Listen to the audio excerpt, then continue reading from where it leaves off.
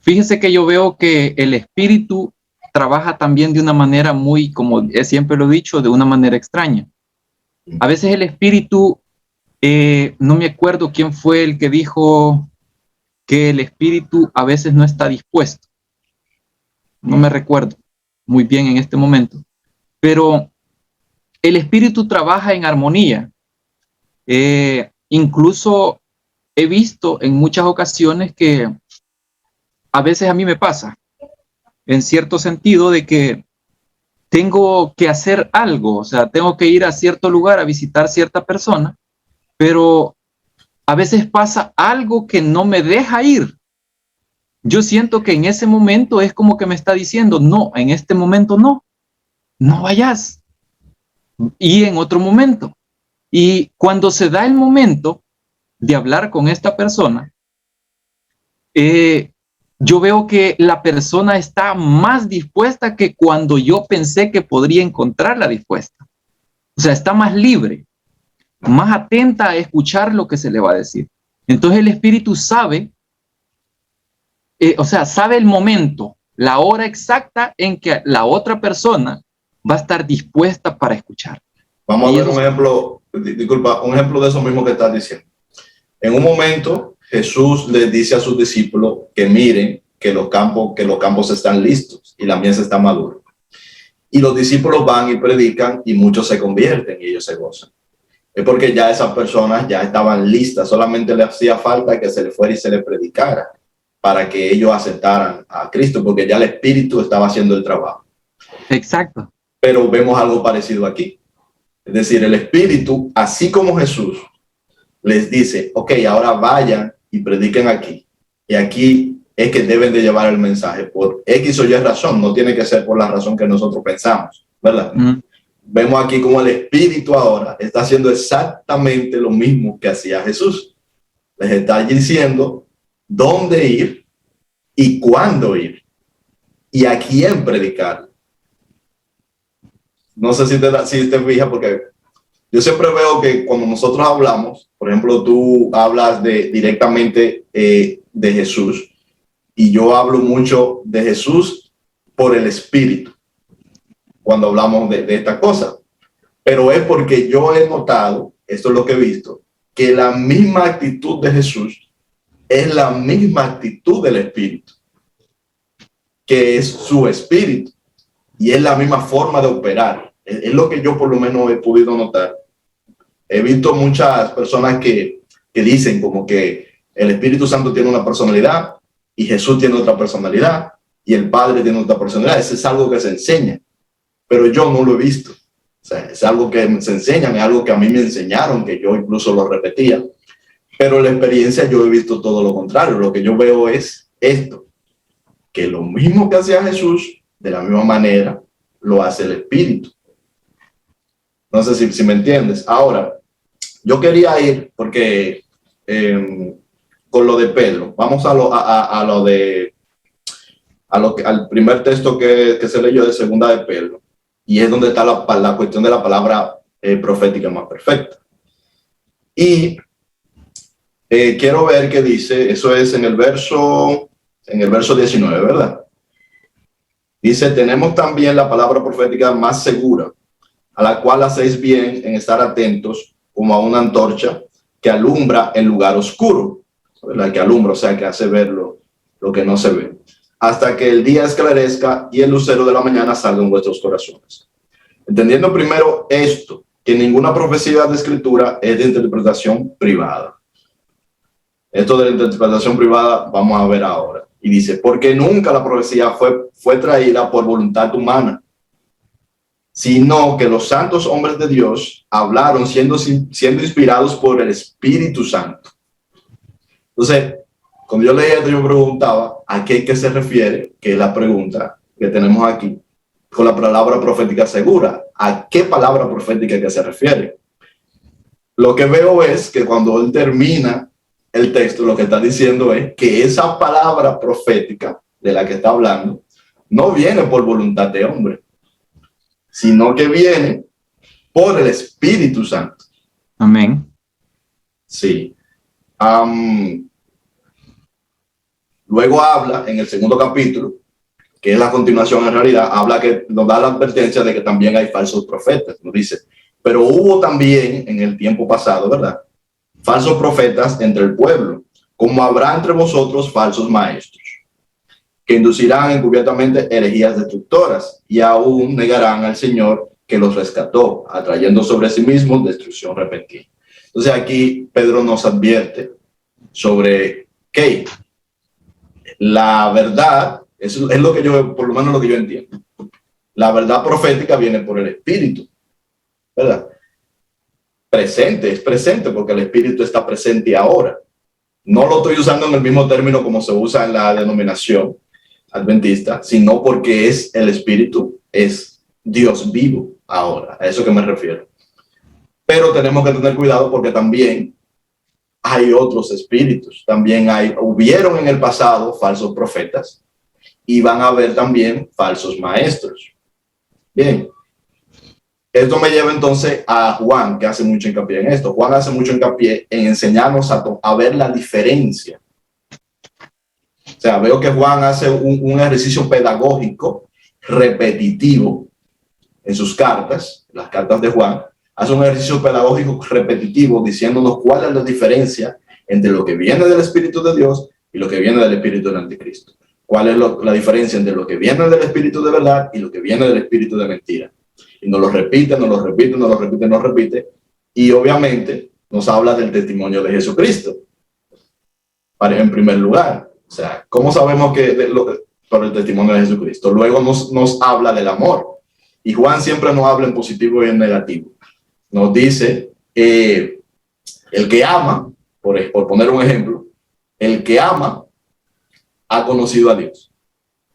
Pero luego nos dice, el que no ama no ha conocido a Dios. Es como, por eso digo que es como un ejercicio pedagógico. Te dice, el que dice que ama a Dios, ama a su hermano. Y después te lo dice en forma negativa. El que no ama a su hermano, ¿cómo entonces ama a Dios?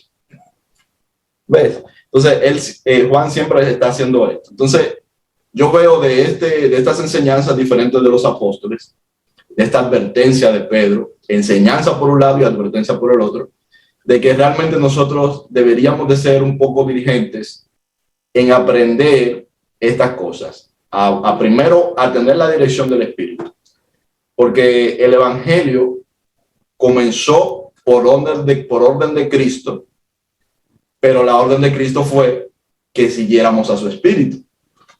Entonces, desde el primer discurso de la iglesia, es un discurso inspirado por el Espíritu. La primera sanidad que hace la iglesia es una sanidad ordenada por el Espíritu, ¿verdad? Las primeras conversiones de la iglesia son llevadas por la predicación ordenada por el Espíritu. Los que salieron de las cárceles fueron sacados de la cárcel por el Espíritu y enviados a predicar por el Espíritu lo que decía el Espíritu. No sé si se entiende a dónde voy. Nosotros vemos, por ejemplo, a Felipe. Felipe se ve muy claro.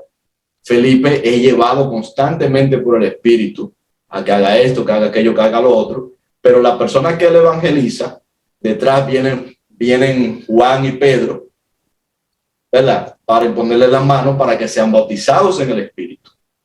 Porque la iglesia sabía la importancia del bautismo en el Espíritu. Sí, dice que nos queda, ok. Vemos también esto en Apolos. Apolo viene predicando porque recibió el mensaje de Juan. Juan recibió el mensaje del Espíritu, ¿verdad? Entonces Apolo viene predicando, pero cuando se encuentra con personas que tienen ya el conocimiento de Jesús más actualizado, porque Apolo no conoció de Jesús, ¿verdad? Él es llevado y se le explica de las cosas del Espíritu, para que entonces lo haga ahora no solamente con la sabiduría que había obtenido por el estudio, sino también por el poder del Espíritu. ¿Qué tú dices? ¿Seguimos ahí o vamos con la segunda pregunta? Si gusta, seguimos para aclarar más lo de la profecía. Ok, seguimos ahí entonces, pues seguimos. con la palabra muerte. Con la siguiente La pregunta. siguiente pregunta, bien. Dice, ¿tiene algo que ver la profecía con el evangelio? Aquí quería llegar. Ok. Veo yo que en Hechos, de Hechos capítulo 1, del 6 al 8, dice que entonces los que se habían reunido le preguntaron diciendo, Señor, ¿restaurarás el reino a Israel en este tiempo? Y les dijo, no os toca a vosotros saber los tiempos o las sazones. Esto significa tiempo fijado, que el Padre puso en su sola potestad, pero recibiréis poder cuando haya venido sobre vosotros el Espíritu Santo. Es de lo que estamos hablando ahorita, ¿verdad? Y me seréis testigos en Jerusalén, en toda Judea, en Samaria y hasta lo último de la tierra. Y tomando en cuenta esto, como dije al principio, las personas siempre están atentas a querer saber qué es lo que va a suceder. Pero viene Jesús y dice, a ustedes no les corresponde saber estos tiempos. Es que el Mesías siempre trató de decirles a las personas. Incluso dice un texto donde dice, no os preocupéis por el día de mañana. ¿Qué habréis de hacer? ¿Qué habréis de vestir? ¿Qué habréis de comer? Solo fijaos en el presente. Y ahí es donde viene lo que es la obra del Espíritu en cada uno de nosotros. Porque la obra del Espíritu lo que trata de hacer es convencernos de que nosotros ya somos salvos por Cristo. Entonces, cuando nos damos cuenta de eso, entonces ¿de qué nos preocupamos? No nos tenemos que preocupar por nada. No necesitamos saber si va a ser restaurado el reino de Israel en este tiempo, en el 2022, porque el Señor lo va a hacer al final. O sea, al final lo va a hacer. La restauración que va a hacer con Israel va a ser algo maravilloso que al final vamos a decir nosotros, no interesaba el tiempo, lo que importaba era el evento que ya estaba marcado por lo que es el Padre. Por eso es que Jesús en Juan 16:12 dice, aún tengo muchas cosas que deciros, dice, pero ahora no las podréis sobrellevar. Imagínense que en ese tiempo algunos de los discípulos, el Señor les hubiera abierto la mente o sea, así como decimos en El Salvador, de pencazo. Esto viene de lo que es la penca, de lo que es la sábila, ¿verdad? Un pencazo con esa cosa, ¿no? Imagínense que le abriera así de esa manera el entendimiento a todas estas personas y les dijera todas estas cosas que van a suceder así, directamente, en ese momento. Yo creo que el odre viejo, porque así le llamo yo, odre viejo de ellos revienta completamente. Porque el mismo Jesús está diciendo, ustedes no están preparados todavía. Quien se va a encargar de prepararlos, así como lo estoy haciendo yo, todavía va a ser el que viene, y ese que viene es el Espíritu Santo. Entonces, esa obra que lleva el Espíritu Santo nos lleva a creer a nosotros de que lo que es la profecía, en cierto sentido, tiene algo que ver con lo que es el Evangelio. Porque cuando usted anuncia las buenas nuevas de salvación, que son a través de Jesús, usted está profetizándole a la persona. Le está diciendo que si cree, claro, el que va a convencer es el Padre, porque así dice la Escritura, que Él es el que atrae con su bondad y paciencia a las personas al arrepentimiento, y luego pues aceptan a Cristo. Entonces, teniendo en cuenta esto, yo creo que la profecía sí tiene mucho que ver con el Evangelio. Y ya para finalizar, en Romanos 10, del 13 al 15, dice así, porque todo aquel que invocar el nombre del Señor será salvo. ¿Cómo pues invocarán a aquel en el cual no han creído?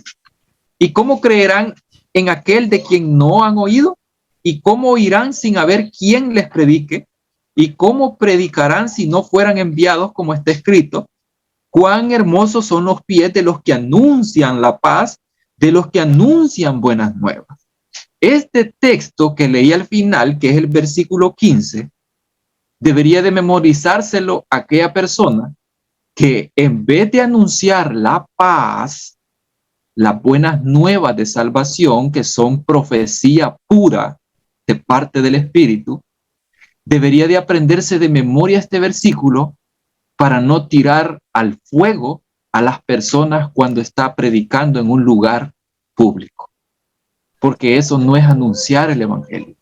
Eso es anunciar destrucción a aquellas personas que ellos consideran que porque no están dentro de su congregación, las terminan echando a un lago de fuego o al infierno. Sí. Bueno, la profecía, hay como un énfasis en la profecía, como que la profecía solamente es hacia el futuro. Pero en realidad, por lo menos yo no lo veo así. La profecía no es solo de lo que va a pasar en el futuro lejano. Entonces, sí yo veo que Jesús le dice a sus seguidores cosas que van a pasar en lo próximo. Por ejemplo, la anuncia sobre la destrucción del templo, la anuncia sobre el asedio de los ejércitos sobre Jerusalén. Pero eso son cosas que van a pasar en la vida de, lo que están, de aquellos a los que él está hablando. Son cosas que a ellos les competen. Es evidente que la venida no era algo que iba a pasar en la vida de ellos. No sé si me entiende, ¿verdad? Veo en esa respuesta de Jesús, cuando Jesús le dice que no le toca saber los tiempos y las sazones, es que realmente esos no son eventos de sus tiempos.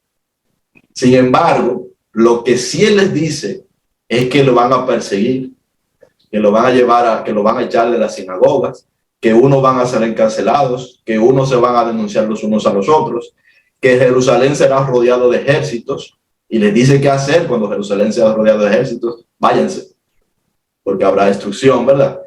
Esas cosas que sí afectan a su vida, que sí van a afectar a su destino en la tierra, por lo menos, ¿verdad? Inmediato. Sí, Jesús se las revela. Pero hay cosas que están pasando en este tiempo, por ejemplo, que yo digo, no es que solamente no la podrían sobrellevar, sino que no la iban a entender. Porque el tiempo que tenemos presente poco tiene que ver con el tiempo de hace 2000 años, casi 2000 años. Entonces, creo que va por ahí esta palabra de Jesús.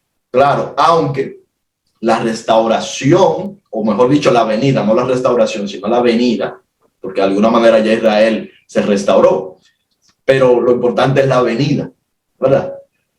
La venida es algo que obviamente está claro que no se nos va a ser revelado. Se nos va a ser revelado en el momento de la venida. En ese momento que venga, ahí lo sabremos. Entonces eso es algo que no deberíamos de preocuparnos, y yo estoy de acuerdo en eso, en que es algo que no deberíamos de preocuparnos por ello, sino en el saber que viene. Bien, estábamos entonces finalizando con esta pregunta, con la segunda pregunta, si tienen algo que ver con la profecía con el Evangelio. Yo voy a dar ahora mi respuesta, porque solamente había dado como una especie como de réplicas, ¿verdad? O de aportes a lo que venías a explicar. Yo creo que tiene todo que ver. O sea, el Evangelio, la profecía tiene todo que ver con el Evangelio. Tenemos miles de años de profecía, y esos miles de años de profecía incluyen profecía, como dice Pedro, que viene del Espíritu, e incluye también profecía que no viene del Espíritu Santo, es decir, falsas profecías. Y lo que tenemos ahí es una profecía verdadera que viene del Espíritu, que viene anunciando el Evangelio desde hace miles de años. Lo viene anunciando. Y tenemos otra profecía que lo viene negando. O sea, una falsa profecía que viene negando el Evangelio. ¿Por qué? Porque yo veo el Evangelio en las profecías antiguas, pero veo también la negación del Evangelio en las profecías antiguas. Bien, entonces esa dicotomía la tenemos desde el principio. Luego, también digo que definitivamente tiene que ver con profecía, porque es mediante la profecía que comienza a ser anunciado el Evangelio. Esto ya en el tiempo de Cristo, quien comienza a anunciar el Evangelio son los profetas. Es decir, que primero es, como dijimos, como lo había mencionado en el pasado video, primero es Zacarías, María, Marta, el anciano y la viuda. Son los primeros 5 que profetizan. Y todavía Jesús no habla. en parte todavía Jesús no ha nacido, pero ya se está profetizando el evangelio. Pero más que esto, si vemos la predicación de Juan el Bautista, ¿qué predicaba Juan el Bautista? Juan el Bautista no recibió la predicación de Jesús.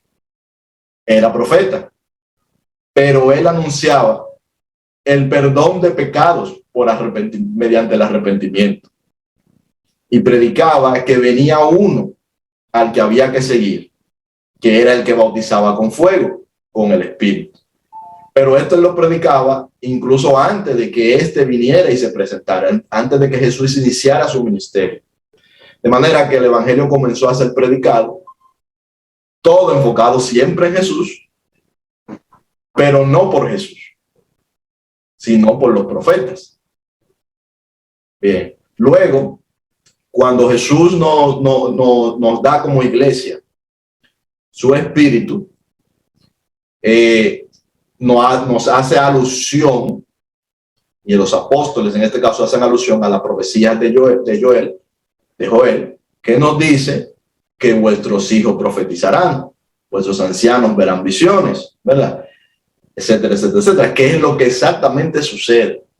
Los discípulos de Jesús, de todas las edades, ancianos, mujeres, hombres, comenzamos a ver profetizas, ¿verdad? Comenzamos a ver jóvenes que tienen visiones, comenzamos a aparecer los ancianos que vienen con visión y con sabiduría. Y todos los apóstoles que todos profetizan. Todos los apóstoles que escriben profetizan. Todos los apóstoles, o por lo menos de lo que tenemos detalles, mejor dicho, ¿verdad? De lo que tenemos detalles de ellos. Y bueno, todos en realidad, porque hay algo importante, no toda la historia de los apóstoles no solo está en la Biblia. Hay parte de la historia de los apóstoles que no está compilada en la Biblia, pero esa historia está ahí. Y tenemos los testimonios de las cosas que hacían. Y esos testimonios son congruentes con lo que está en la Biblia. O sea, tenemos textos, no sé si me imagino que tú lo has estudiado porque tú estás más estudiado que yo, ¿verdad? Donde nos habla sobre lo que hicieron otros apóstoles y otros discípulos, otros diáconos, que no se nos menciona toda su obra en la Biblia, pero ellos se fueron y fueron fundando iglesias por el mundo. Ellos cumplieron la misión que Jesús les mandó a hacer. Muchos sufrieron el martirio. Entonces, bueno, prácticamente todos sufrieron el martirio como Jesús lo anunció, pero obraron en milagros, obraron en profecía, obraron en sanidades, ¿verdad? Y sobre todo obraron en misericordia, porque esto es lo que marca la diferencia entre cualquier profeta y el profeta del reino de Dios, el profeta que es discípulo de Jesús. Obra en misericordia, obra en perdón, obra en amor y pone su vida si es necesario. Estas son características del que ha estado con Cristo, que ha aprendido incluso a poner su vida si es necesario, no a ponerla porque ahora recuerdo que he leído sobre algunos padres que parecía que querían morir, ¿verdad? Pero no, el discípulo de Jesús no quiere morir. El discípulo de Jesús prefiere poner su vida antes que hacer, vamos a decir, de ese poder que tenga, sea humano o sobrenatural, para hacerle daño al otro. Por eso es que el discípulo muere. No es porque, o sea, por eso es que el discípulo es martirizado. Por eso es que Jesús es crucificado. No es porque él quiera, quiero que me lleven a la cruz. No, es porque haciendo el bien a los demás, hay personas que te van a hacer el mal. Es algo natural, es algo que Jesús advirtió, ¿verdad? Entonces, esto es lo que yo veo. La profecía es antes, durante y después de que comenzó el evangelio. Y la profecía termina cuando estemos en la presencia del Señor. El día que estemos en la presencia del Señor, ya no necesitamos profecía. Entonces, mientras estemos en este mundo, entiendo que sí, que es necesaria y que sí tiene todo que ver con el evangelio. Entonces, si quieres, puede dar una réplica o vamos a la siguiente pregunta. Solamente quería agregar que la mayoría o más bien las mayores profecías que yo considero que son las más profundas que a nosotros nos pueden enseñar con respecto al Evangelio y del carácter también del Padre, ¿verdad? Y de Jesús. Considero yo que son las parábolas que dejó Cristo, porque realmente en cada una de esas parábolas incluso podríamos sacar algo que tiene que ver con lo que es los eventos que están en Apocalipsis. Entonces, lo que es la profecía sí tiene mucho que ver con el Evangelio también de Cristo. Todos estos ejemplos que nos puso a través de parábolas nos sirven incluso hasta el día de ahora a nosotros para poder ver más allá de lo que nuestros propios ojos pueden ver, porque sin el Espíritu no podemos ver más allá. Es mentira.